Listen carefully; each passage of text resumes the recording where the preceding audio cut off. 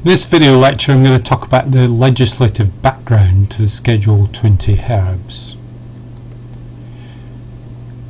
We'll look at what are the Schedule 20 herbs, what's that all about, and thinking about what happened to Schedule 3, and most importantly, how does this affect our practice. So the Schedule 20 herbs, these are a certain list of herbs that are defined in the Human Medicines Regulations 2012 as herbs which are restricted from general supply. So they're not on the general sales list. Part 1 of Schedule 20 contains prescription-only medicines, including herbs such as digitalis, which only doctors can prescribe or dispense. Part 2 contains herbs which herbalists are allowed to use within specific doses and after a one-to-one consultation. So here's the list of the Schedule 20 herbs which herbalists are able to use. I tend to ignore the first two, Adonis vernalis, pheasant's eye, because I've yet to meet a herbalist who's ever used it. Quebracho or Quebracho blanco is very seldom used as well. But it does have a use in asthma as an antispasmodic. The others have been used and continue to be used by herbalists in this country, and you'll see at the bottom there's 4 herbs which can be used externally only. So Regulation 17 of the Human Medicines Regulations Act 2012 states that a person may not, except in accordance with a license, manufacture, assemble or import any medicinal products. But there are exemptions.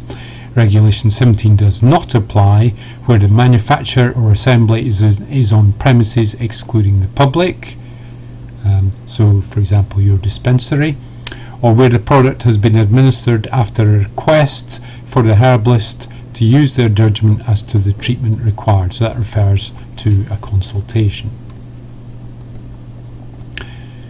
And this exemption applies if the medicinal product does not contain a substance specified in Part 1 of Schedule 20, i.e. the dead dilger things like digitalis, or what's the other one, Rauwolfia, or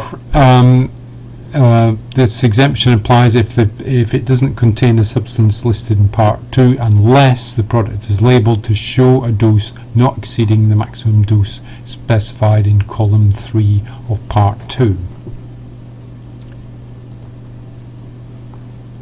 So what happened to Schedule 3? We always talk about Schedule 3 herbs.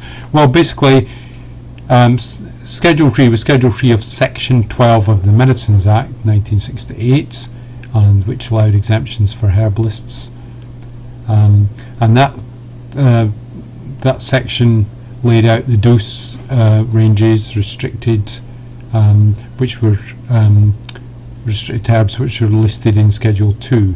So the new Act, the 2012 Act, supersedes the 68 Act, and the exemptions are pretty much the same.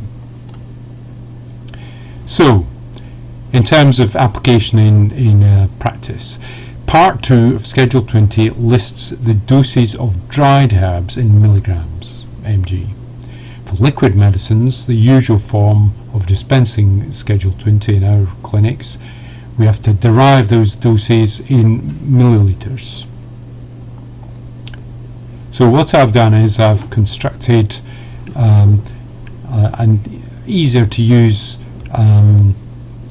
chart which converts the maximum single dose in dried, which is laid down in law, and then convert it into what that would be in terms of tincture. So 100, well, maybe not take this example, say Atropa 50 milligrams is allowed as a single dose. If it's a tincture of 1 in 10, then that works out as half a mil. You can sort of entertain yourself by doing the maths later. later on. And that's about it for the introduction. Have a look at the other one.